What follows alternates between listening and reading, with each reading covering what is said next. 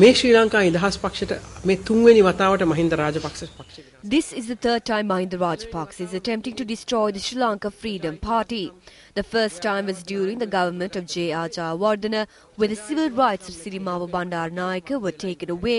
He got together every single party member from around the country to chase her away from the party, saying that a woman with no civil rights cannot be chairman of the Sri Lanka Freedom Party, just like he is doing now.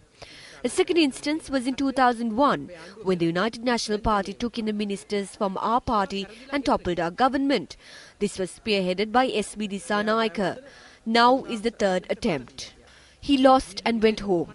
J.R. Jayawardena handed over duties to R. Premadasa. D.B. Wijetunga handed over his duties to me. I did not lose a single election that I contested. I went home. After contesting the second time, many people wanted me to contest for a third, fourth and all the way up to the 10th time, like Mahinda Rajapaksa did. Before doing any of that, they wanted me to change the constitution.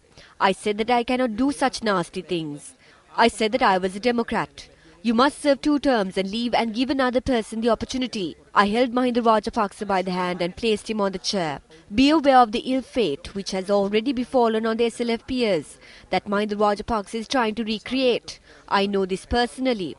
We are waiting for the time where we can prove this. We are searching for the facts. Then we can prove it in court, because it's not like just speaking anything that comes to mind.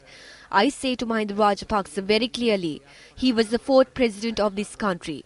So if possible, please try to behave in a manner like a former president, just the way the other 3 presidents served and left. But this time for the country and your own brothers, children, wife brothers and their brothers. I, as a president, rule among 283 relatives and friends in 6 ministries at the same time. There were 1,600 people working at the President's office under the administration of 283 people. Most of the relatives were those who came and collected their salaries on payday. They also stole in large amounts. At a time when this country is being lifted out of destruction, if you have any love for the country, we ask you to please leave and stay aside without continuing with this destruction. But if you are ready for destruction, we are ready for the challenge of taking you on. I do not speak for myself. I speak as a senior in the Sri Lanka Freedom Party. I have nothing more to say than that.